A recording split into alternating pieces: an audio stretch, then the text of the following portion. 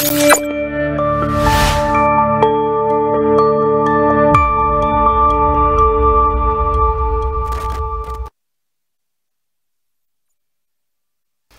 le bonjour et bienvenue dans cette toute nouvelle émission que j'ai le plaisir de vous présenter face à ARL. Par ARL, entendez Abdourahmane Ly. Dans cette émission, bien évidemment, nous allons essayer d'avoir des personnalités politiques, des économistes, mais également tous ceux qui parlent bien évidemment en lien évidemment avec la politique. Et aujourd'hui, dans ce premier numéro, nous avons le plaisir et l'honneur d'avoir Monsieur Moustapha Dian. Il est le coordonnateur départemental de Taxawu Sénégal, section Koumpentoum, bien sûr. Monsieur Dian, bonjour. Bonjour, Monsieur Ly. Merci d'avoir accepté notre invitation. Merci, c'est à moi de vous remercier de m'avoir invité sur votre plateau. Effectivement, moi, je m'appelle Moustapha Dian, je suis assistant social de formation. Je travaille au niveau du ministère de la Santé et de l'Action sociale. Et je suis le coordonnateur du comité ad hoc départemental de Taxawu Sénégal, parce que le mot ad hoc a son sens. Et si le temps le permet, on va préciser pourquoi cela. C'est l'occasion aussi de saluer mon leader, le président Khalifa Ababacar Sall, le président de la plateforme Taxawu Sénégal, et l'ensemble des militants de notre plateforme. Saluer aussi les téléspectateurs et téléspectatrices de votre chaîne au niveau du Sénégal et à la diaspora. Je ne saurais terminer ces mots de remerciement sans penser à mon guide religieux, mon ami Tcherno Abdourahmane Bari de Bogal dans la région de Sédhiou. Aussi, enfin, et saluer toute la communauté de Koumpentoum département à travers ces 10 communes et les responsables au niveau de mon département. Je vais même vous permettre de poursuivre la présentation parce que vous avez parlé de comité ad hoc. Qu'est-ce que ça signifie exactement? Voilà. Vous savez, la plateforme Taxawu Sénégal est une plateforme politique qui est née de Taxawu Dakar à partir de 2014, quand le président Khalifa Sall souhaitait avoir un deuxième mandat face au président Macky Sall, dont les militants et responsables disaient que si Khalifa Sall souhaitait avoir un deuxième mandat, il fallait qu'il achète la carte du parti. Se sentant vouloir être minimisé, il avait mis en place cette plateforme qui nous a permis d'avoir vraiment des succès, je l'ai dit, suite aux élections de juin 2014 sur les 20 collectivités locales du département de Dakar, je veux dire les 19 communes d'arrondissement, et la capitale, il en avait remporté ces 17 haut la main. Donc, suite à tout ce processus, nous sommes allés à des élections législatives, des élections présidentielles.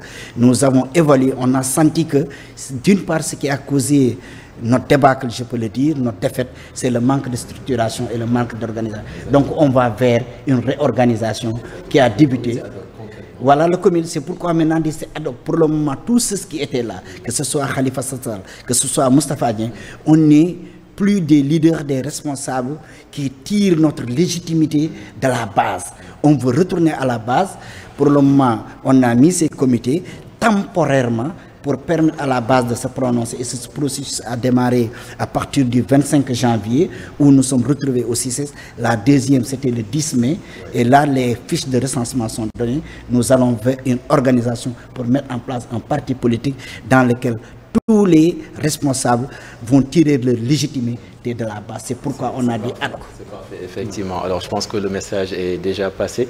Alors, dernièrement, bien évidemment, l'actualité vous a propulsé au devant de la scène à la mairie de Dakar, bien évidemment, où Abbas Fall a officiellement donc pris ses fonctions le mercredi 10 septembre précisément, avec donc, après, bien évidemment, la révocation de M. Barthélémy Toye Dias par le préfet de Dakar, suite donc à l'affaire dite Ndiaga Diouf. La Cour suprême a confirmé donc sa nomination.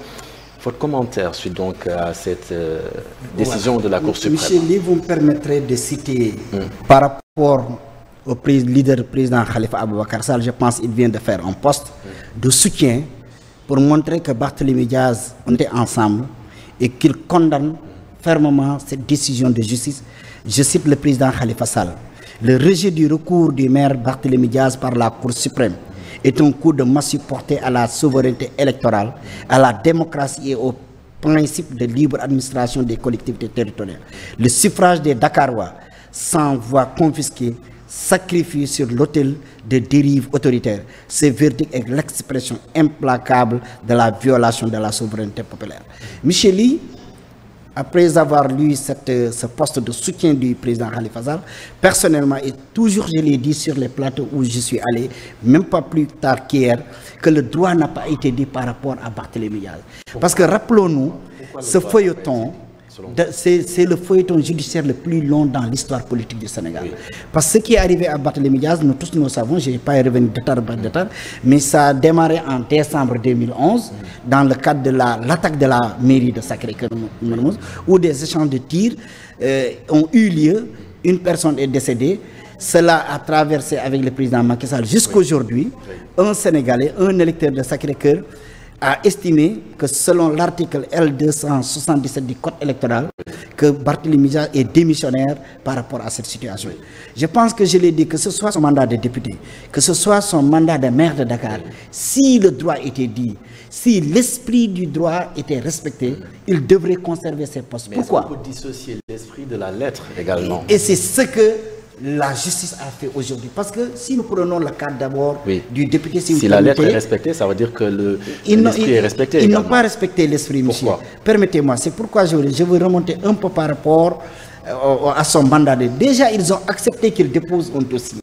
Il avait déposé le dossier. Exactement. On a fait une élection législative. Le 17 novembre, il est élu, comment dirais-je, député à l'Assemblée nationale, 15e législature. Oui. Vous savez, le législateur sénégalais veut encadrer le mandat du député. Parce que le député, dès qu'il est élu, dès que les résultats sont proclamés, vous bénéficiez de l'immunité parlementaire. Pour éviter que ce législateur qui vote les lois, qui vote le budget, qui contrôle l'action du gouvernement, ne fasse pas de délit, on dit que si vous faites un flagrant délit, vous êtes jugé.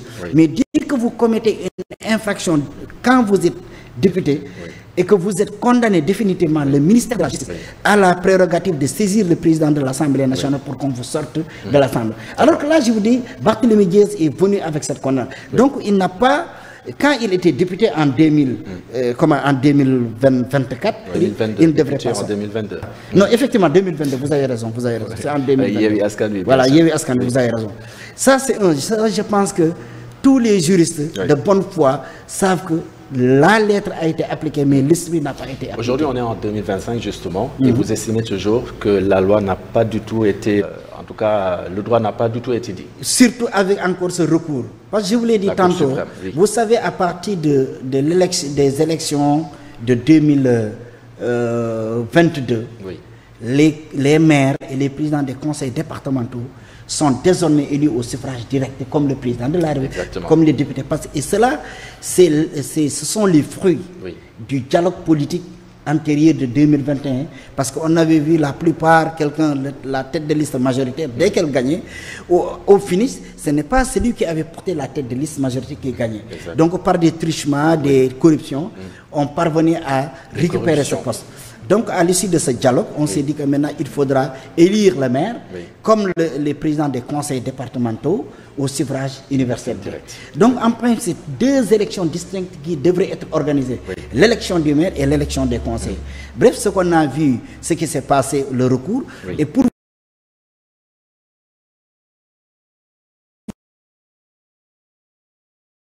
vous dire que l'article L260 ne fait pas d'actualité, parce que c'est la cour, comment dirais-je, d'appel de Dakar qui gère tout ce qui est élection. Les élections sont passées. Il y a avant les élections, c'est la révision des listes, le jour des élections, le contentieux et la proclamation définitive. Dès que vous proclamez définitivement les élections, tout ce qui est processus électoral est terminé. Maintenant, il y a ce que Khalifa Sall vient de dire, c'est la libre administration des collectivités territoriales avec l'application du Code général des collectivités qui permet au président de... Barthélémy Diaz également a été condamné définitivement dans l'affaire dite Ndiaga Diouf. Oui, il est condamné, effectivement, mais là, on a ciblé le conseil. Et je vous dis que Barthélémy Diaz, aujourd'hui, tous les maires du Sénégal, les 557 collectivités locales, les maires n'ont pas une qualité à être conseillers. Parce qu'ils sont élus directement, ils tirent leur légitimité populaire. C'est comme le président. Donc les conseillers sont à part. Bref, pour vous dire que ce qui s'est passé, maintenant ça montre une chose aussi, c'est la nature vraie du nouveau régime. Si nous rappelons dans un passé récent, Quand Macky Sall était là, il menaçait le maire Barthélémy Diaz. L'actuel premier, devant le perron de la ville de Dakar, s'est tenu devant les caméras du Sénégal, à travers la presse nationale et internationale, avait dit que le président Macky Sall sache que pendant les 5 prochaines années, c'est Barthélémy Diaz qui sera maire. Donc pour dire qu'aujourd'hui, nous n'avons pas aussi des leaders, des dirigeants qui ont l'éthique, la morale par rapport à la politique, à la gestion de la société. Sur ce point précis, j'aimerais renchérir pour dire aujourd'hui, c'est la Cour suprême qui s'est prononcée justement sur cette question, sur la révocation définitive de M. Barthélémy Diaz. Oui, c'est la Cour suprême parce qu'on n'est plus dans la question électorale. Oui. On était dans un abus. Et comme le président Khalifa Sall l'a dit... Le lien, en fait, entre le régime et la Cour suprême. Non, mais nous savons, dans ce pays, on parle de séparation des pouvoirs. Oui. Mais tout le monde sait qu'au Sénégal, ça s'arrête au niveau de la bouche. Mais il y a de ces dossiers, il y a une implication forte de l'exécutif par rapport au législatif. Parce qu'il y a le cordon ombilical qui est là, entre le ministre de la Justice et les juges, le ministre de la Justice et le procureur. Donc le contexte n'est pas favorable pour qu'aujourd'hui le droit soit dit. Et même si vous regardez, il y a un manque d'élégance par rapport à ce dossier. Si c'était moi à la place de ce régime actuel, Barthélémy Diaz avait introduit un recours. Moi, ministre des collectivités locales et de l'urbanisme, je ne saisirai jamais une autorité administrative pour qu'elle organise une élection de maire. J'allais attendre que aujourd'hui la Cour suprême vide le dossier. En ce moment, on pourrait accepter qu'ils l'ont fait de bonne foi, mais entre-temps, le ministre de la Justice, vous l'avez dit, on l'a changé. Entre-temps, le président de la République, à l'issue de l'élection d'Abbas Fall, il l'a félicité. Donc c'est des formes de pression indirectes que l'exécutif est pesé sur le pouvoir judiciaire. Aujourd'hui, tout le monde sait que Barthélémy Diaz a perdu cette mairie. Ce n'est pas sur le droit, mais sur la volonté des dirigeants, surtout ces anciens compagnons dans la coalition Yewwi Askan Wi. Bien évidemment, on aura l'occasion de revenir sur l'indépendance de la justice parce que, bien évidemment, faisant partie des thèmes que nous avons. Vous avez parlé d'une chose assez intéressante, c'est l'élection justement du maire Abbas Fall, du nouveau maire bien évidemment, de Abbas Fall à la mairie de Dakar. Alors aujourd'hui, est-ce que bien évidemment le problème ne se trouve pas à ce niveau-là? Non, aujourd'hui, ce qui est fait est fait. Le préfet a convoqué, a demandé au maire intérimaire de convoquer ce conseil municipal pour élire un maire. Comme on l'a dit maintenant, pour vous dire que les textes du Sénégal doivent être améliorés. Dès qu'on élit le maire au suffrage universel, on devrait pouvoir en même temps élire les différents adjoints, comme on connaît le nombre d'adjoints au suffrage universel direct. Parce que vous ne pouvez pas concevoir tout Dakar, plus de 180 000 électeurs, et choisir un maire. Dès qu'il quitte, maintenant c'est 100 conseillers. Et si vous voyez même, c'est 49 conseillers sur 88 qui ont élu Abbas Fall. Pour vous dire que je pense que nos textes aussi doivent être améliorés dans l'esprit, dans la lettre, pour qu'elle soit assez explicite et approfondie même, voilà, pour éviter ce genre de situation. Imaginez ces 180 000 Dakarois qui se sont levés, je me rappelle le 31 janvier 2022, pour élire Barthélémy Diaz comme maire de Dakar. 2 ans et demi après, c'est 49 conseillers qui viennent élire un autre maire à la place des 180 000. Donc ça, c'est les textes, alors que les textes pouvaient le prévoir. Et c'est là que vous me permettez aussi une occasion pour préciser l'un des textes qui mérite aujourd'hui d'une clarification ou bien l'interprétation, c'est la loi sur la parité. Si vous voyez tout ce qui est arrivé à la ville de Dakar, ce qui l'a amené, c'est quand Abbas Fall a été démis de ses fonctions de premier adjoint au maire au profit de Ngoné Mbengue. On peut dire une revanche alors. C'est ça. Même Monsieur Ly, vous savez que ce n'est pas Barthélémy Diaz personnellement qui a enlevé Abbas Fall. Et cette situation ne s'est pas posée seulement à Dakar. Elle s'est posée à Kaolack. C'est l'Observatoire national de la parité qui a fait appel à la justice pour dire que la ville de Dakar, tel HLM, Derklé, dans beaucoup de collectivités locales, la parité n'a pas été respectée, il faudra la respecter. Maintenant, là où je serais d'accord aussi, et je suis d'accord avec Pastef, comme c'est Pastef qui avait le poste de premier adjoint au maire, dès qu'on enlève Abbas Fall, ce poste devrait revenir à une femme de Pastef. Mais ce n'est pas parce qu'ils ne sont pas venus, ils n'ont pas ce poste aussi, qu'ils doivent utiliser aujourd'hui leur pouvoir pour évincer à travers un préfet une note Et je pense que Khalifa l'a apprécié. Parce qu'aujourd'hui, vous savez, nous avons une longue tradition des collectivités. C'est en 72 le premier acte avec Senghor, la création des communautés rurales. Ça a évolué quelques années après avec la régionalisation en 1996, mars. Et quand Macky Sall est venu en 2013, il a créé l'acte 3 de la DER, supprimant les régions pour amener les départements, pour rapprocher les populations des adultes. Donc pour dire que nos textes aussi, il faudrait qu'on puisse aller en profondeur, les écrire de façon claire et quand même protéger les élus. Aujourd'hui, tous les élus du Sénégal sont en sursis. Si un préfet de département qui est nommé par décret a la possibilité de démettre un maire de ville, et donc ça vraiment, je ne sais pas... Élu, on le rappelle, au suffrage universel direct. Direct, le maire de Dakar. Voilà. Donc si je l'ai dit, un préfet, et je dirais même de surcroît un adjoint, et après avoir fait ce travail, on n'a plus jamais vu cet adjoint. Donc vraiment, moi j'ai peur pour la démocratie sénégalaise, alors que nous étions école. Parce que je me rappelle une fois, Aïssata Tall Sall disait, quand Senghor a créé les communautés rurales en 1972, elle est allée en France, elle a demandé, elle a accepté qu'est-ce que c'est que les communautés. Mais nous sommes en avance sur plusieurs pays, sur les textes et même sur le terrain. Mais aujourd'hui, nous constatons un recul de plusieurs décennies par rapport à ce qui s'est passé à la ville de Dakar. La réalité, c'est que Abass Fall est aujourd'hui... Il est le maire de facto. Maintenant, nous le citons. Donc du coup, moi, je vais essayer de placer ma question. Aujourd'hui, ce n'est pas la grande entente entre Khalifa Sall et Barthélémy Toye Dias. Certaines voix même s'élèvent pour dire que, en tout cas, la pomme de discorde aurait pour nom, aujourd'hui, la mairesse par intérim, en l'occurrence Mme Ngoné Mbengue. Est-ce que vous confirmez? Non, ce que je peux dire là-dessus quand même, par rapport à cette élection, c'est ce que nous avions proposé à Barthélémy, de se battre sur le plan politique et sur le plan juridique. Parce que si Barthélémy Dias, avec ses conseillers, n'avait pas boycotté l'élection du 25, il se pourrait que c'est Ngoné Mbengue qui serait maire aujourd'hui. Parce que nous, tous nos calculs et les conseils que nous avions approchés, au minimum, nous en avions 52. Mais le fait de parler avec Khalifa, d'une part, il fait un volte-face la veille, ça a permis au pouvoir d'avoir vraiment des leviers pour quand même faire passer son candidat.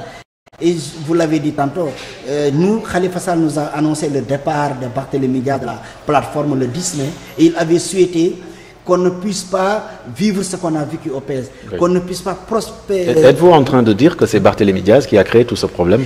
Non, moi je peux effectivement, parce que lui, s'il avait fait venir ses conseils, et lui-même, il fait venir ses conseils, le nombre de conseils qu'on a eu, et ces nombres de conseils qui nous sont... Si on avait voté, il se pourrait qu'on aille au deuxième tour, et il se pourrait même qu'on gagne au premier tour.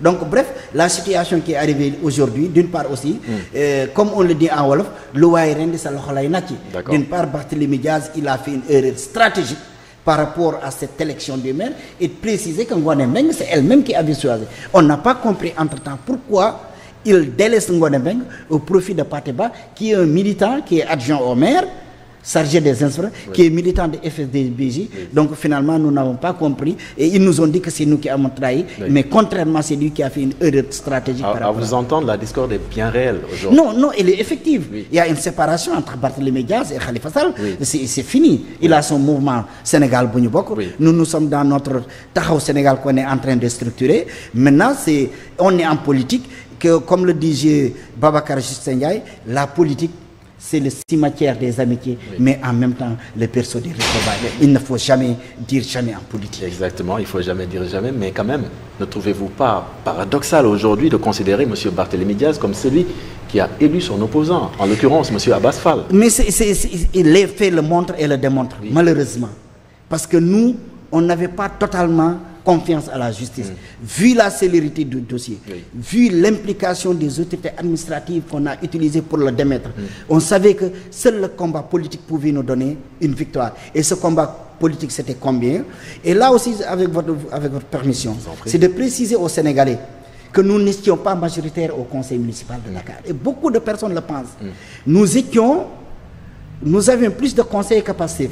Et pourquoi Pastef aussi avait 13 conseils? Vous savez, lors de des élections locales de 2022, Pastef avait beaucoup de listes parallèles à Dakar. Qu'est-ce qui s'est passé à la mairie de Dakar, justement? Non, à la mairie de Dakar, ce qui s'est passé, comme Pastef a fait un travail de lobbying très tôt. Oui. Ils en avaient 13. Oui. Ils ont reconstruit Yewi Askanui. Oui. Aujourd'hui, vous prenez Malik Gakou, ils sont avec lui. Oui. Vous prenez Moustapha Guirassi. Et vous prenez tous, sauf le PUR qui en avait 9 conseils et qui a voté. Un qui était candidat, il a eu 9 voix, 8 voix. Oui. Et donc, pour dire que il y avait, sur les 100 conseils que nous avons à la ville, Oui. Tahaou Sénégal n'était pas majoritaire. Et même, on pourrait dire que PASTEF avait plus de conseillers que nous. Donc la victoire aussi, d'une part, elle n'est pas une surprise.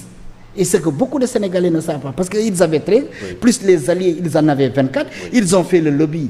Entre-temps, vous prenez Takou Wallou, qui en avait 22, non, Benno Bokoyakar, qui en avait 20 ou bien 22. Mais entre-temps, Oui. Benno Bokoyakar s'est disloqué. Il n'en restait que 3. Et on avait même le PS qui était dans Benno Bokoyakar. Il y a un de nos conseillers qui a remis sa procuration à un adversaire. Oui. Il a voté pour Abbas, on l'a su. Vous prenez même des conseils de Barth. Un conseil de Barth qui est sorti, il a dit que j'ai voté pour Abbas Fall. D'accord. Donc pour dire que c'est Barth Donc, qui est scié. vous avez pu connaître en fait des gens qui ont, en tout cas qui étaient dans votre parti, Oui. ou qui sont dans votre parti et qui aujourd'hui ont voté pour Abbas Fall. Vous les avez Non, identifiés. nous, tous nos conseils ont voté pour nous. On a même Khalifa Sall a fait de la prouesse. Oui. Parce que l'opposition demandait à Khalifa Sall de pouvoir trouver un candidat. S'il trouvait un candidat unique, toute l'opposition allait se ranger derrière ce candidat. D'accord. Donc nous, sur nos 24 conseillers, quand Barth est sorti, il nous en restait 18. Oui. Sur les 18, à l'issue de l'élection, nous en avons eu 30. Oui. Ça veut dire qu'on est passé de 18 conseillers. Et à certains partis de l'opposition, dont le PS, qui est respecté leur parole. Mais nous, on a vu quelqu'un, un conseiller de Tahaou Sénégal, du camp de Barthélémy Dias, qui a dit que moi, j'ai voté pour Abbas Fall. Et vous ne pouvez pas le trouver dans notre camp. Donc, pour dire qu'il a facilité le passage de Abbas Fall. Maintenant, c'est les Dakarois. Je pense que je ne suis pas de Dakar, c'est une affaire de Dakarois. Mais de façon globale, dans le cadre de Yéwi. De Tahaou, quand même. Oui, je suis de Tahaou. Ça m'intéresse Oui. à plus d'un. Donc, c'est pourquoi aujourd'hui, l'intérêt des Dakarois, il reste 1 an. Je pense que maximum, on est au mois de septembre, c'est 10 mois. Il reste 2 mois d'ici le mois de janvier. Il nous reste 2 mois, je pense. Pour l'année 2026, c'est 12 mois. Au moins, il ne fera que 14 mois à la ville de Dakar. On va aller vers les élections locales de 2027 et les Dakarois auront l'occasion, une fois de plus, de choisir un maire au suffrage universel direct et que nous pensons, cette fois-ci, un préfet de département ne pourrait pas enlever. Alors, vous avez également tenu une déclaration de presse qui a donc été faite par le maire de Yoff. Et dans cette déclaration, vous évoquiez même une leçon de moralité, de politique, et même une leçon d'éthique. Pouvez-vous nous décrypter en fait cela? Oui, vous savez, nous, comme en coulisses tout à l'heure, je disais tout de suite que nous sommes des Africains, nous sommes des Sénégalais, nous sommes des croyants. Et lors de la leçon inaugurale de 2004 et 2005 de Feu Kebambay, ça portait sur l'éthique et la morale. Et je pense que tout Sénégalais, tout citoyen qui avait écouté ce discours de Feu Kebambay devrait le mettre en œuvre dans toutes ses activités, que ce soit la politique, la société, tout ce que tu fais. Mais c'est ce qu'on n'a pas senti par rapport à ce qui s'est passé à la ville. Que ce soit de notre ex-camarade Barthélémy Diaz, vraiment, on a senti que il ne défendait que ses intérêts personnels ou bien de son entourage. Si nous prenons le cas de l'actuel pouvoir, je l'ai dit tantôt, comment ils ont fait ces gens... La rupture est totalement consommée. Non, c'est fini. Entre nous et Barth, il y a une rupture. N'en parlant pas entre Sénégal, Bougnoubok et comment dire, les tenants de l'actuel pouvoir. Les tenants de l'actuel pouvoir, c'est pourquoi, vous savez, les propos, on dit souvent, avant de dire une chose, il faut tourner 7 fois la langue avant de le dire. C'est pourquoi quand vous utilisez certains propos, ça peut se retourner contre... Quand l'ancien maire de Dakar tenait une... Tel va m'enterrer politiquement ou bien je vais l'enterrer. Maintenant, si les gens font quelque chose, ils peuvent se dire que voilà, tu as voulu nous enterrer. On a eu l'occasion de t'enterrer, donc c'est toi qui nous as donné l'occasion. Mais tout qu'on fait, je vous dis, l'éthique et la morale, on doit la prévoir dans nos actes quotidiens et professionnels. Exactement. Alors, et justement, le nouveau maire, Abbas Fall, il invite à une gestion donc sans clivage. Aujourd'hui, est-ce qu'on peut s'attendre tout de même à cette possibilité malgré bien sûr une situation tendue au niveau de la mairie de Dakar? Rien de nouveau à la ville de Dakar sous les soleils. Vous vous rappelez Khalifa Sall étant maire de Dakar en 2009 avec Benno Siggil Sénégal. Oui. La plupart de ses amitiés étaient nées de là-bas. Oui. Parce qu'il avait considéré que les Dakarois les ont élus pour travailler pour les Dakarois. Oui. Chaque conseiller, dès que au niveau du portail, tu devrais enlever ton manteau de partisan. C'est ce qui l'a permis de travailler au premier mandat 2009-2014. Oui. 2014, jusqu'à qu'il a eu ses problèmes de boire. Donc beaucoup de gens l'ont estimé là-bas. Il a eu confiance à des gens qui ne faisaient pas partie de son parti. Oui. Je peux prendre l'exemple de Doyen Abdoulaye Agne, qui est du parti de Doyen Agne. Oui. Je peux prendre l'exemple de Sam Wardini, qui est de l'AFP. Oui. Babacar Mbeng, mon ami, le maire de Hann Bel-Air. Sam El Wardini, Cheikh Gueye. Donc pour dire que il avait déjà installé, voilà, il a géré 100 clivages. Et même Barthélémy Diaz, on peut l'accuser de tous les péchés du monde. Il a fait pareil pendant ces 2 premières années. Vous prenez Sapateba, je l'ai dit, il est de FSDBJ. Même Abbas Fall, on savait que s'il était premier, il pouvait sortir. Il a eu confiance. FSDBJ de Cheikh Bamba Dièye. Abbas Fall, c'était lui qui était son directeur de campagne. Il a été premier adjoint au maire. Et moi, je sais, il semblerait, je ne peux pas vérifier, même il a donné une délégation de signataires aux bourses à Abbas Fall le temps qu'il était là-bas. Donc c'était une gestion collégiale. Maintenant, si vous voyez le discours du maire sortant et de la première adjointe au maire, vous savez que moi je pense que, et même le responsable des jeunes de Taxawu Sénégal, Bassirou Samb, et le discours de Abbas Fall, moi j'ai de l'espoir. Parce qu'ils doivent travailler pour les Dakarois. Ce qui s'est passé est passé. Mais les contextes diffèrent tout de même. Ça diffère, mais je pense qu'ils vont prendre de la hauteur. Ils vont prendre de la hauteur parce que aussi c'est des batailles politiques. Quand le vin est tiré, il faut s'en passer. Aujourd'hui, il est devenu maire, c'est le maire de Dakarois à l'issue d'un vote. Je pense qu'il doit se mettre au travail et que l'équipe, il a tendu la main à toute l'équipe ministérielle. Et moi, ce que je vois, parce qu'on pourrait dire que c'est les conseils de Taxawu qui pouvaient amener des problèmes. Mais si vous écoutez le discours de Ngoné Meng, aujourd'hui, même les pacifiens sont en train de faire un statut ou bien partager les photos de Ngoné Meng pour dire que nous, Taxawu Sénégal, nous sommes des républicains. Et on était là, on a travaillé. Aujourd'hui, l'équipe, le maire a changé. On est là pour les Dakarois et je pense que l'équipe municipale va l'accompagner et l'aider à travailler. Et hier, j'étais dans un débat, quelqu'un disait que cette fois-ci, on a un maire qui va travailler. Mais Barthélémy, je l'ai dit, pendant ces 2 ans, ce qu'elle a fait à Dakar, rares des maires l'ont fait. Voilà. Alors, ce chapitre, justement, quelles devraient, selon vous, être les priorités, justement, du nouveau maire de Dakar? Continuer les chantiers gigantesques de Barthélémy Diaz. Je vous l'ai dit, moi, aujourd'hui, je ne suis pas avec lui. Vous utilisez le qualificatif gigantesque. Oui, gigantesque parce que vous prenez, Dakar comptait un seul lycée technique. Barthélémy Diaz a construit un lycée technique. Et quand il a présenté son bilan à mi-parcours de 2 ans, tout le monde a vu sur l'éducation, la santé, le social. Ici, le centre hémodialyse, dont le nom porte Khalifa Ababacar Sall, niveau de liberté, vous avez vu, tout le monde l'a vu. Donc, Barthélémy Diaz était sur le terrain du travail. Aujourd'hui, l'État c'est la continuité, la ville c'est la continuité. Il n'a qu'à venir voir ce qui est de bien, il le remporte. Ce dont il pensait que ça ne marchait pas comme il voulait, l'inclusivité, maintenant il élargit au bénéfice des populations de Dakar. Parce que, comme je vous l'ai dit, il fera le mandat le plus court dans l'histoire politique des maires de Dakar, parce que c'est 1 an, c'est 14 mois d'ici les élections locales de 2027. Je rappelle que nous sommes avec M. Moustapha Dian, il est coordonnateur départemental de Taxawu Sénégal dans la zone de Koumpentoum. Nous allons parler un peu justement de justice avec Mme Yacine Fall, qui aujourd'hui est à la tête de la justice. Comment trouvez-vous un peu sa nomination à la tête de la justice justement? Déjà, moi, je souhaiterais remonter un peu par rapport au gouvernement du président Ousmane, Premier ministre Ousmane Sonko. Et je le disais aussi, on a assisté le 6 septembre à un réaménagement gouvernemental et non un remaniement ministériel. Parce que le décret qui a été cité, on a démis les fonctions des ministres et des secrétaires d'État. Alors que pour avoir un remaniement ministériel, le président de la République prend un décret, il démet le Premier ministre, ou bien le Premier ministre démissionne, il le nomme, il le réconcilie, si c'est la même personne, il le reconduit par un autre décret, ou bien il nomme un autre Premier ministre par décret, et ensuite ce Premier ministre consulte des ministres, il propose et le président de la République nomme. Et un réaménagement. C'est un réaménagement dans lequel on a changé des dénominations des ministères, comme le ministère d'où je dépends, qui était depuis 2012 le ministère de la Santé et de l'Action sociale, aujourd'hui qui s'appelle le ministère de la Santé et de l'Hygiène publique, pour dire que ce n'est pas la première fois même que ce ministère porte ce nom au début des indépendances. Il le porte et c'est le ministre qui a connu plus de changements de nom.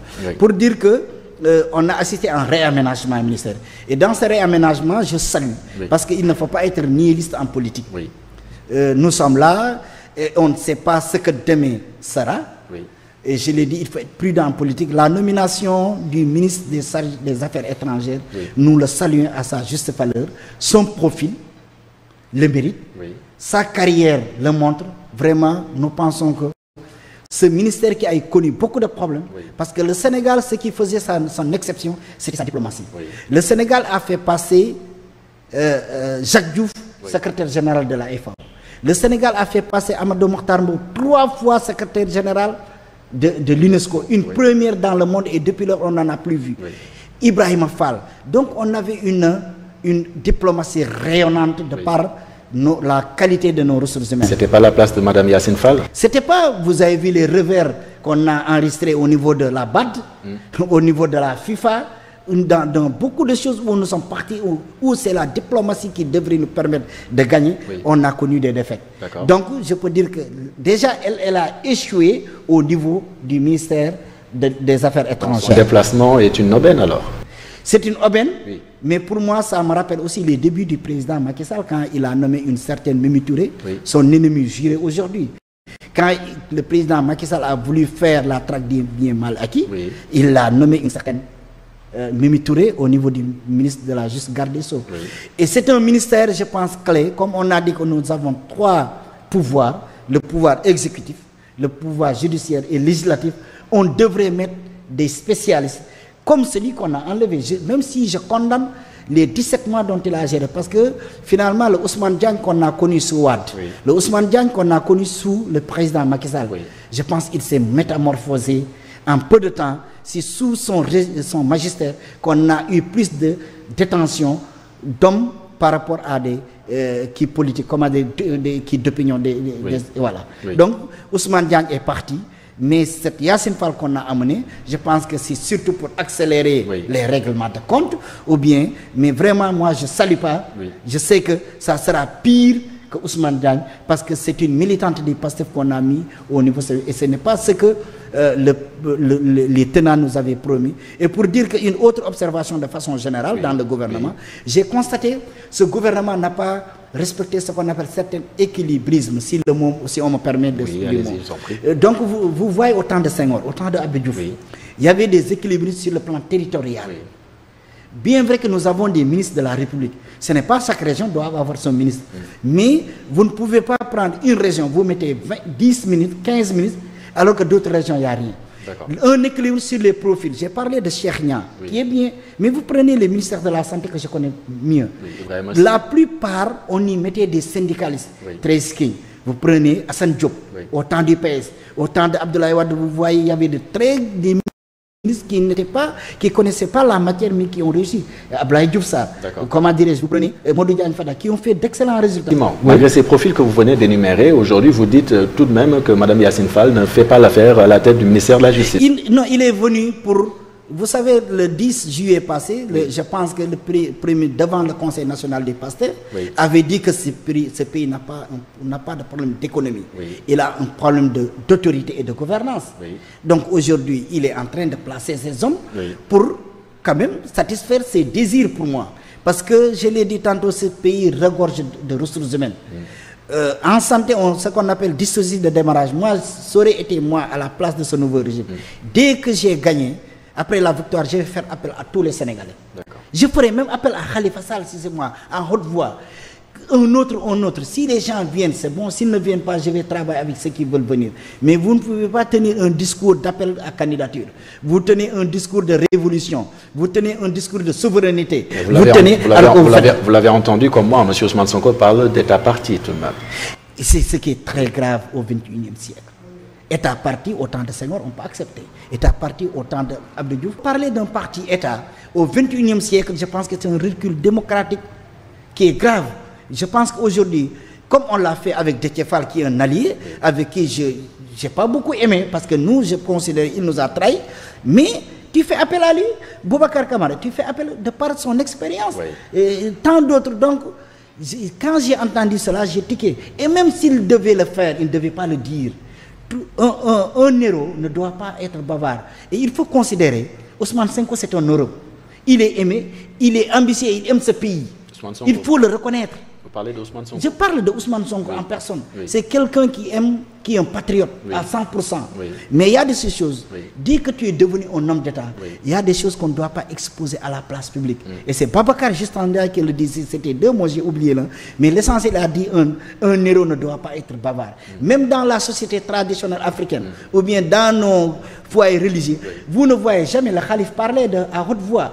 Il parle, une autre personne transcrit les propos de telle sorte que même si la personne se trompe, cette personne qui est censée rapporter les propos, il peut vraiment les dire de telle sorte que ça peut entrer dans l'oreille de tout un chacun. Pour dire que vraiment, par rapport à Yassine Fall, par rapport à Cheikh Bamba Cissé, je condamne cela parce que c'est des postes politiques, il a amené des gens politiques.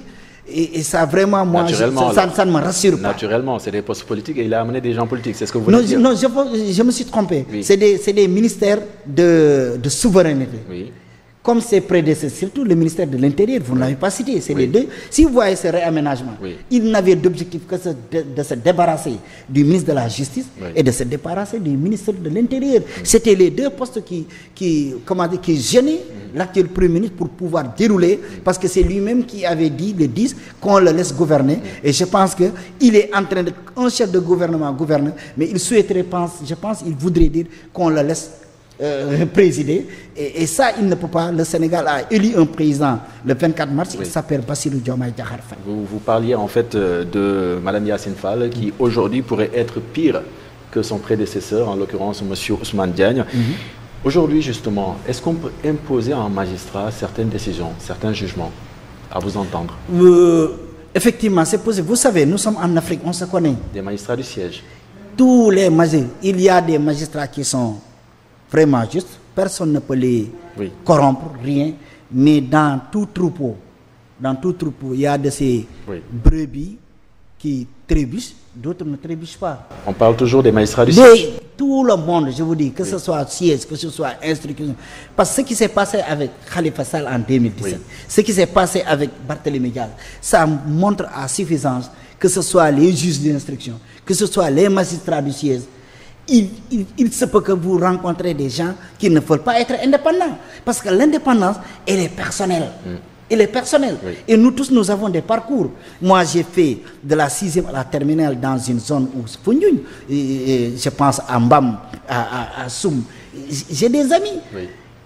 Vous faites tout un cursus. Demain, Dieu fait que vous arrivez à certaines stations.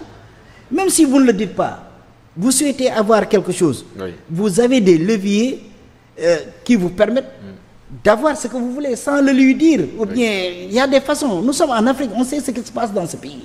On sait ce qui se passe dans ce pays. Donc ça n'assure pas. Et une fois, j'ai entendu quelqu'un plaider, comme on parle de 3 pouvoirs, pourquoi avoir un ministère de la justice? On a dit le pouvoir exécutif, le pouvoir législatif et le pouvoir judiciaire. Alors que le pouvoir judiciaire, vous nommez un ministre. Donc, je ne suis pas spécialiste de droit, mais j'ai oublié, je pense que c'est M. Doudou Ndoye, qui a été même ministre de la Justice vers les années 1982, qui disait qu'aujourd'hui, au niveau, dans ce monde moderne, la justice moderne, il est impensable d'avoir un ministère, parce qu'il y a le cordon ombilical qui est là, et il faut le couper. Alors, on parle également de cour constitutionnelle à la place du Conseil constitutionnel. Mais également, moi j'ai envie de vous poser la question, aujourd'hui, est-ce qu'il ne serait pas également important de faire la différence entre les magistrats du siège et les procureurs? Aujourd'hui, les procureurs qui dépendent justement du ministère de la Justice et moins les magistrats du siège. Non, ça, les textes sont clairs, ils dépendent moins. Mais je vous dis, il y a des superfuges. On est en Afrique. On ne peut pas imposer un magistrat du siège. Effectivement, le procureur dépend de lui. Mais je vous ai dit, c'est un cursus, c'est un écosystème qui est là. Ici, c'est des magistrats du siège qui ont condamné Khalifa Sall illégalement. On les a convoqués en réunion, c'était un signalement.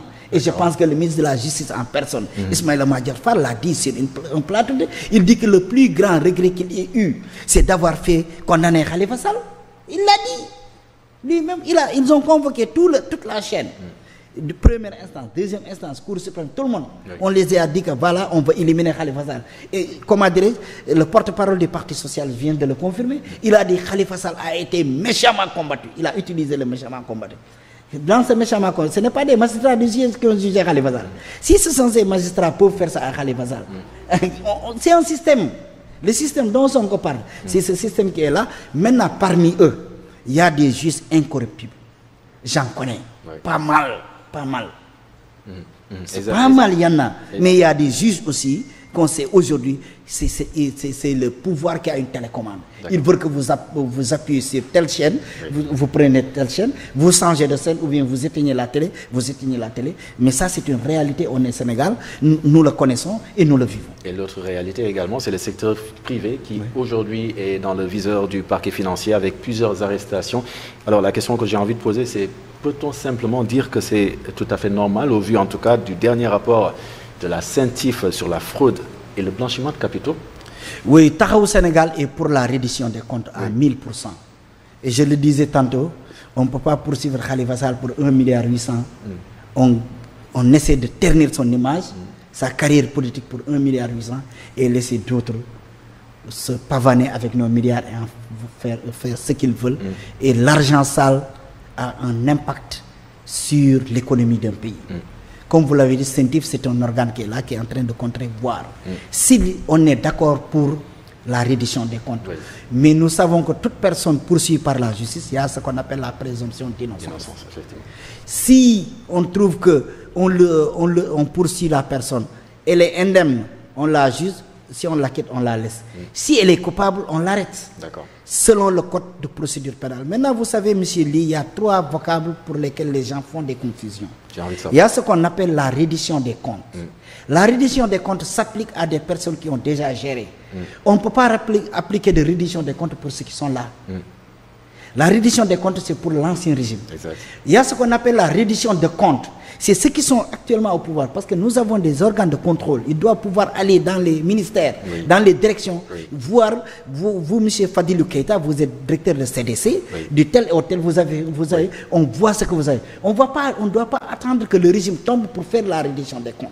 Ce sera, comment dire, ce qu'on appelle médecin après la mort. Maintenant aussi, il y a ce qu'on appelle les règlements de compte, c'est que Khalifa Sall a été victime en 2014. Et dans ces cas aussi, même s'il y a des redditions de compte, il y a d'autres qui auraient des semblants de parfum de règlement de compte. Parce que quand un premier ministre tête de liste d'une élection nationale de députés va dans une ville, dire telle personne, votre maire, c'est la dernière fois qu'elle fasse une campagne. C'est moi-même qui ai consulté le ministre de la Justice. À midi, si je la demande d'arrêter personne, elle va l'arrêter. Ça aussi, même si tu le sais, c'est là où je vous disais, nos dirigeants actuels devraient avoir de la hauteur.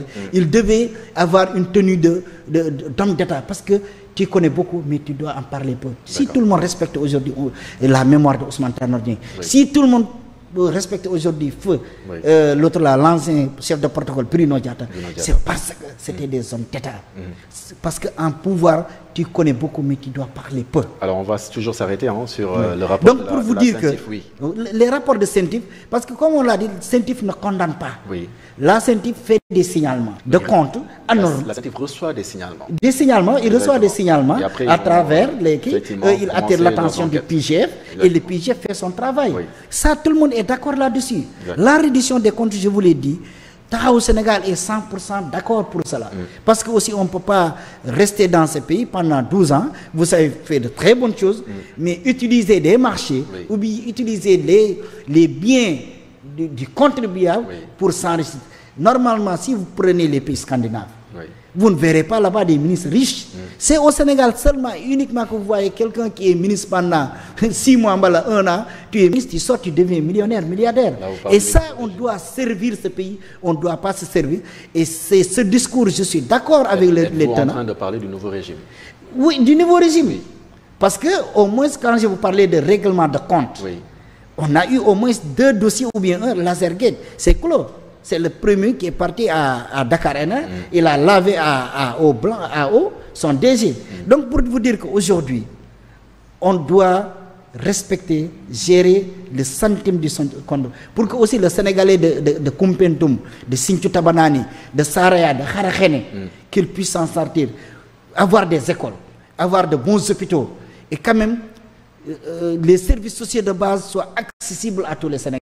Je vous dis aujourd'hui, même si c'est une femme qui meurt en donnant la vie, c'est beaucoup. Oui. Nous avons fait beaucoup d'efforts, nous avons quitté 386 décès maternels à 154. Oui. Mais 154 décès maternels pour 100 000 naissances vivantes, c'est beaucoup.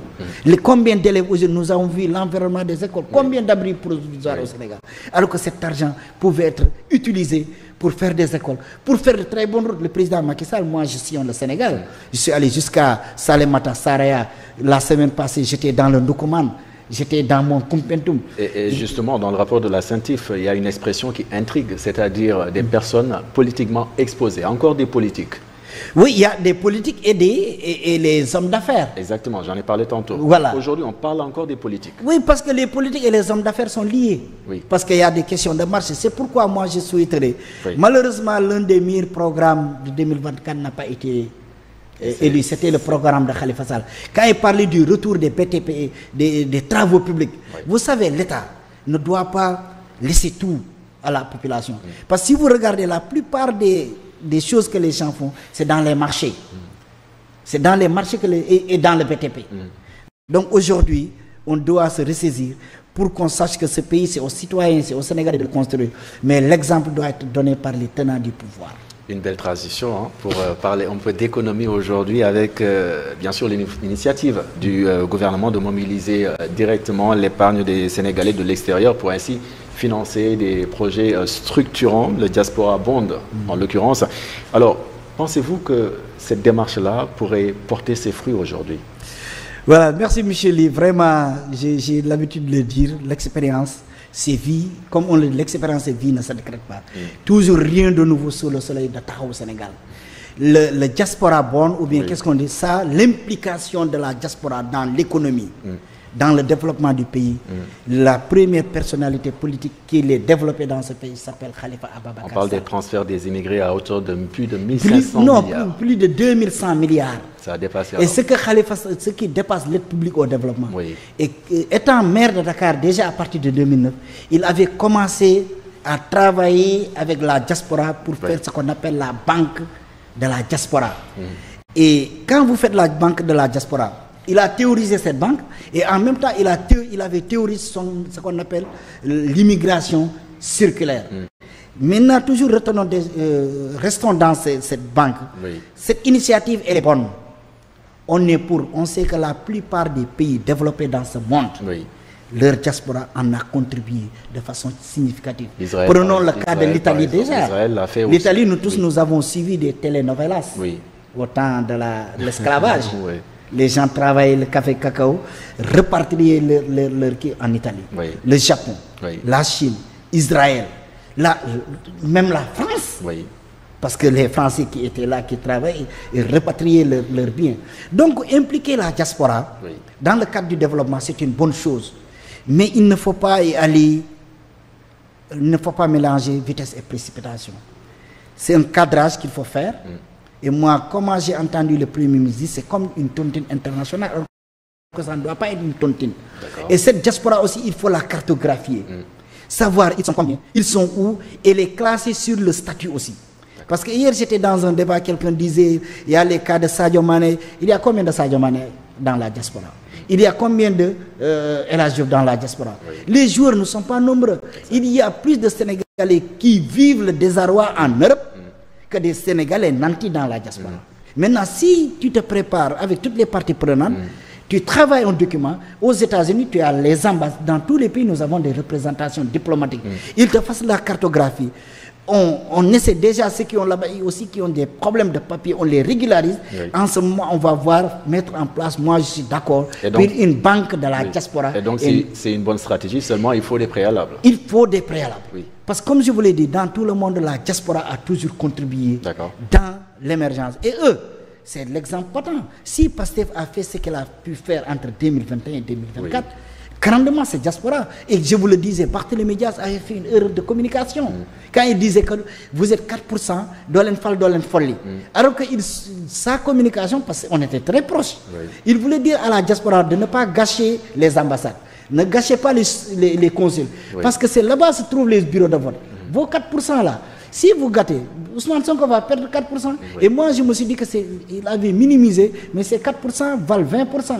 Parce qu'un émigré peut faire voter 5 personnes. 4 fois 5, 20. Et nous savons l'implication ou bien l'influence que la diaspora a par rapport aux Sénégalais. Pour dire que c'est une bonne stratégie, mais il faut la mûrir, il faut réfléchir. Et à la place de cette euro-diaspora, nous demandons qu'il s'approche de Khalifa Sall, de notre programme de société, et mettre en place une banque de la diaspora et développer ce qu'on appelle aujourd'hui l'immigration circulaire qui permet aux immigrés de venir. Vous savez, nous avons 2 saisons, la saison sèche, très courte, et très longue, et la saison des pluies. Alors qu'en Europe, tu as 4 saisons, il peut arriver pendant l'hiver, les gens ne font rien. Ou bien les gens quittent l'Europe, les États-Unis pour venir se ressourcer et s'ensoleiller un peu. C'est la période, ils peuvent venir encadrer les paysans sénégalais, l'éleveur sénégalais, les services, pour nous permettre d'avoir leur expérience dans le cadre de la gestion ou bien du développement de certains services primaires comme l'agriculture, l'élevage et la pêche. Nous, Taxawu Sénégal, c'est notre option, c'est la banque de la diaspora et l'immigration circulaire. Mais à ce rythme, il y a plus de populisme que de solutions par rapport aux problèmes réels du pays. J'ai envie de vous demander pourquoi vous parlez de populisme. Aujourd'hui, quand même, c'est quelque chose qui est concret dans le sens où le ministre des Finances en a même parlé à l'Assemblée nationale. Il en a parlé, mais déjà, vous savez, le document dont il parle, c'est un document que j'ai suivi récemment un élu hier à l'Assemblée. À ce jour, c'est les nouveaux tenants du pouvoir. Nous ne nous avons pas encore présenté un document officiel. Il n'y en a pas au Sénégal. Si vous prenez l'agenda de transformation 2050, Pierre Ndiaye avait dit que c'est un draft, il allait finir au mois de septembre. Ça, quand même, il y a un document officiel. Il n'y en a pas, il n'y en a pas. Si, il n'y en a pas, monsieur. Il n'y a pas, il avait dit que c'est un draft. Nous, depuis le draft, on n'a pas vu. On nous a parlé après de quel document? Le programme de redressement économique et social. Au Sénégal, nous sommes dans un système de représentation. D'accord. Ce n'est pas le CICAD, le Centre international Abdou Diouf. Ce n'est pas le Grand Théâtre qui doit valider des documents officiels. C'est la représentation nationale. En l'occurrence, l'Assemblée nationale. L'Assemblée, les 165 députés qui votent les lois, qui votent les budgets, qui contrôlent l'action du gouvernement.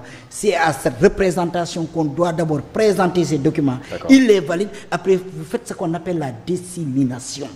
La présentation et la dissémination, elle est différente. Quand tu partages avec les parties prenantes, on a un dossier officiel. Maintenant, tu dis, je vais à la diaspora et je pense que même, je l'ai dit, au moins ça nous a coûté 1 euro. Et nous sommes à la recherche d'argent. Nous prenons des moyens qui nous permettent de gaspiller de l'argent. Oui, l'efficace. Je dis que le gouvernement là, Sonko, il est bien, il est bon, il aime le Sénégal, mais il mélange entre efficacité et efficience. Alors qu'aujourd'hui, au XXIe siècle, tu parles de New Deal numérique. Mais nous voulons l'efficience. Avec peu de moyens, tu fais beaucoup de choses. On reste toujours sur l'économie pour parler de l'élargissement de l'assiette fiscale qui est donc à l'étude, touchant ainsi les mobiles monnaies, mais également les jeux de paris sportifs, entre autres. Est-ce que, selon vous, c'est aujourd'hui une mesure structurelle efficace pour réduire l'endettement au Sénégal?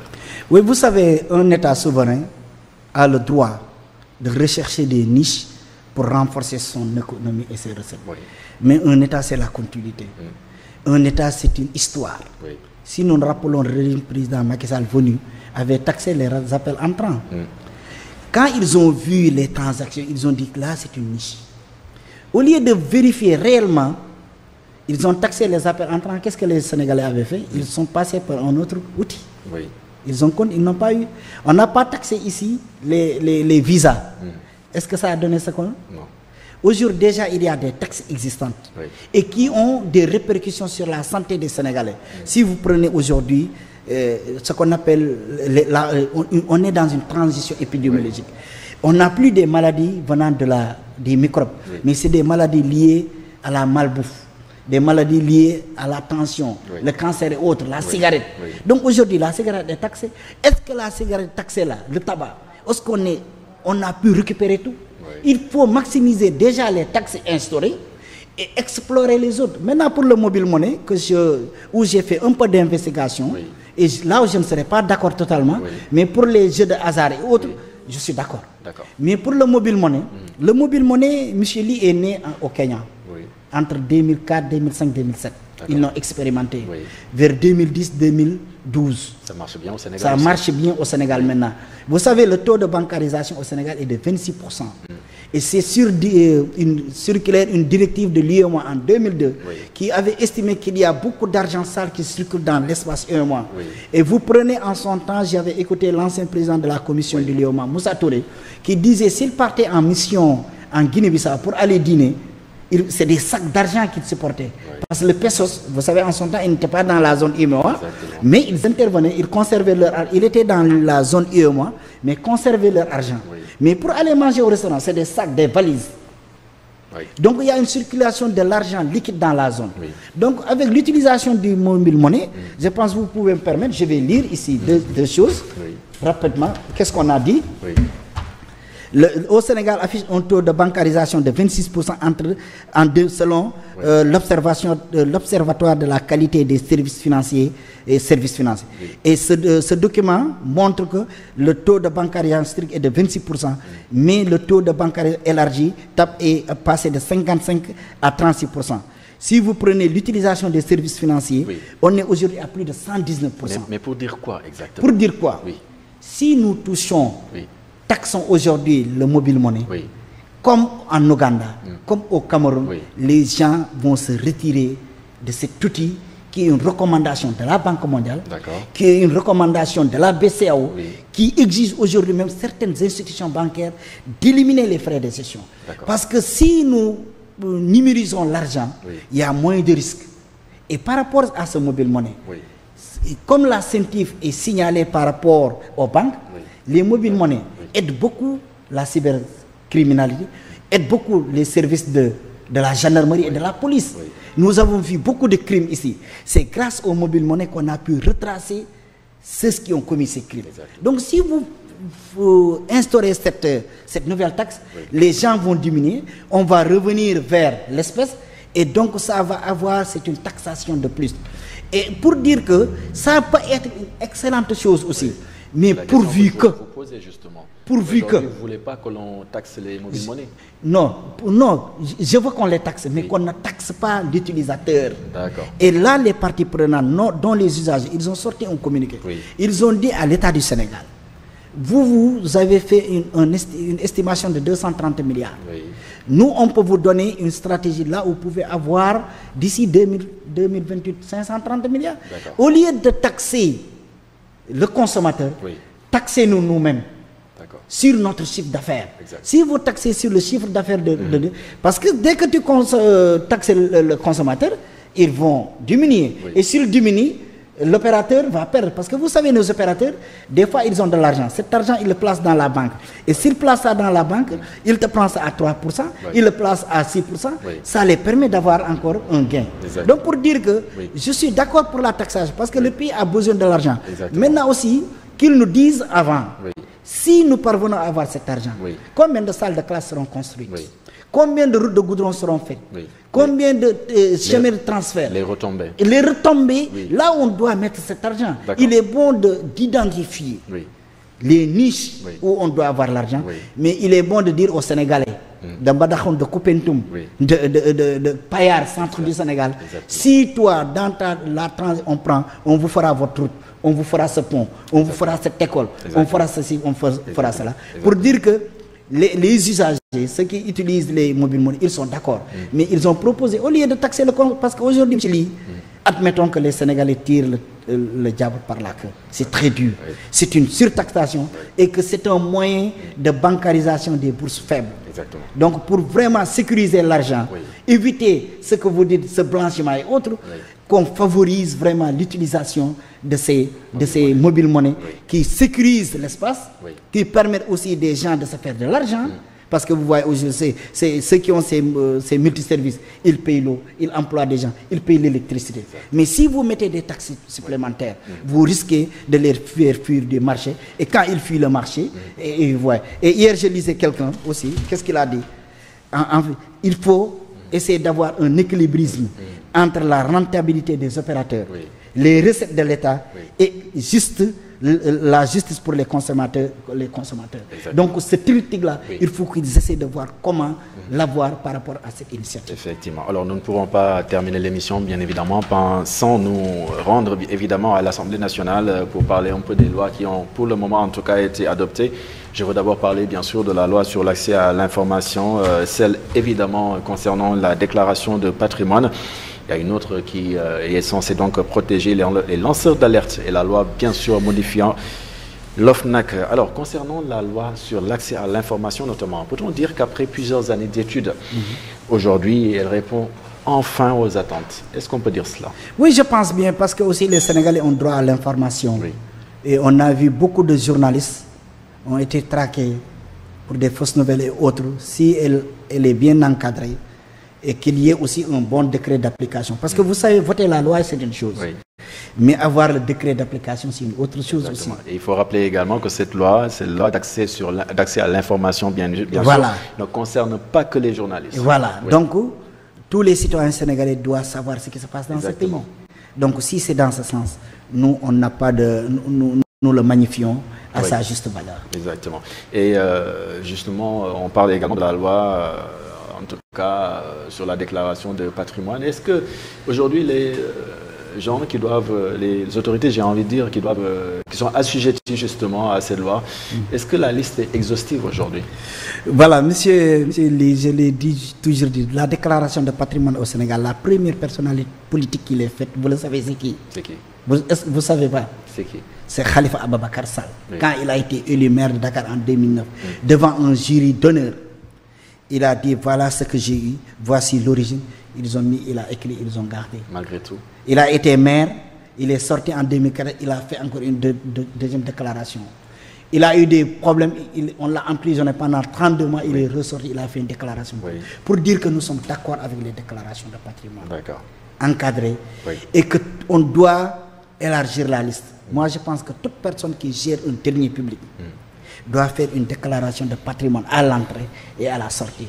Maintenant, moi, ce qui m'intrigue, dans la loi, ils ont dit que le président de la République actuelle n'est pas assujetti à une déclaration de patrimoine de sortie. Donc quel est l'intérêt de la déclarer à l'entrée? Parce que si aujourd'hui, M. Moustapha Dieng est nommé ministre, on sait ce que j'avais. On doit pouvoir à la sortie savoir, est-ce que l'ensemble de mes émoluments me permettent d'avoir ce train de vie ou bien me permettent d'avoir ces investissements. C'est l'intérêt. Mais si vous faites une loi qui n'est pas appliquée, ou bien vous vous arrêtez à des gens, que des élus ou bien autres, alors qu'aujourd'hui, le préfet de département, le sous-préfet, le maire, le président de la République, le directeur de l'école, toute personne, parce qu'au moins il y a les médecins-chefs de district, les directeurs régionaux, toute personne qui gère un montant. Et moi je vois que quand j'avais vu la liste, elle n'était pas exhaustive. Et comme je l'ai dit tantôt, une déclaration c'est à l'entrée et à la sortie. Si on fait à l'entrée, on ne peut pas faire à la sortie, ce n'est pas nécessaire de commencer. Et là aujourd'hui, l'actuel Premier ministre, on ne connaît pas son patrimoine personnel, alors que on doit travailler aujourd'hui par le biais, l'enseignement par l'exemple. Le président de la République l'a fait. Lui, en tant que Premier ministre, et comme Guy Marius Sagna avait dit, c'est lui le président de la République légitime, il devrait montrer la voie. Tous ces ministres, et qu'on mette aussi des garde-fous. Ce qui est arrivé pendant le régime du président Macky Sall, que cela ne puisse pas arriver. Des gens qui doivent faire leur déclaration, ils refusent. Ça, on est dans un état de droit. Si la personne refuse de faire ça, on doit la démettre de ses fonctions. Et on doit même l'obliger. Ça doit être une obligation parce que c'est une loi est à être respectée. Nous sommes donc arrivés au terme de cette émission. Monsieur Dieng, est-ce que vous avez aujourd'hui un message à faire passer? Un message à passer, c'est pour mon département. Je n'ai que Koumpentoum. Et bien vrai, la zone dont je venais de citer, c'est Foundiougne, c'est Thiaré, c'est Soum, c'est Mbassi, c'est Ndorong, c'est Mam, où j'ai fait mon enfance. Mais je milite à Koumpentoum. J'étais le plus jeune candidat lors des élections locales de 2022 au nom de Yehui Askanui. Donc c'est de remercier toute la population, mais porter toujours leurs préoccupations. C'est un département qui fait la superficie dans la région de Thiès, avec 10 communes, 2 arrondissements, Mais je vous dis, il y a 10 jours de cela, vous prenez là où il n'y a pas de route actuellement. L'ancien régime avait fait des efforts, ils avaient fait des pistes latérité avec le PUDC. Mais je me suis dit aujourd'hui, avec un budget de 6 000 milliards, et c'est un clin d'œil à Déthié-Fall, qu'on ait un plan Marshall à l'échelle du département de Koupentoum pour désenclaver ce département où c'est là-bas qu'est né le cadre national de concertation des ruraux avec notre papa Mamadou Sissoko. La Fédération des organisations non gouvernementales du Sénégal est née là-bas. L'association sénégalaise pour le développement à la base est née là-bas. La Société des Terre-Neuve de 1972, quand le président Senghor a pris des serrures dans la zone où il y avait la salinisation, il les a amenés, il a créé 16 villages, c'est là-bas. On a des opportunités où l'agriculture, l'élevage marchent. Mais aujourd'hui, on est coupé du monde. Il n'y a pas de route. Des villages chefs-lieux de communes comme Caen, où l'eau a tari, ils n'ont plus d'eau. C'est des forages de Abdou Diouf qu'on utilise pour boire aujourd'hui. Je suis leur ambassadeur, je suis leur avocat. Et le Premier ministre, quand il lançait les CPS, il nous avait promis que Koumpentoum allait boire. Jusqu'à présent, on n'a pas encore pu. Donc, toutes les communes, les responsables, nous avons aussi des cités religieuses, que ce soit Kaba, que ce soit Kanta, que ce soit Fas Gounas, qui dépendent de Médina Gounas, que le régime aussi vraiment appuie ces cités religieuses, qu'ils aient un statut vraiment de cité religieuse. C'est de vous remercier pour m'avoir invité à cette belle émission et terminer par mon marabout une fois de plus, Cheikh Abdourahmane Bari Bogal, longue vie, santé à lui et à mon leader Khalifa Aboubacar Sall, qu'il transmette les salutations à l'ensemble des membres de la plateforme Taxawu Sénégal. C'est nous qui vous remercions, Monsieur Dieng, pour cet entretien ô combien intéressant. Merci également aux téléspectateurs de Yegle TV. Nous vous donnons rendez-vous dimanche prochain. Prenez bien soin de vous.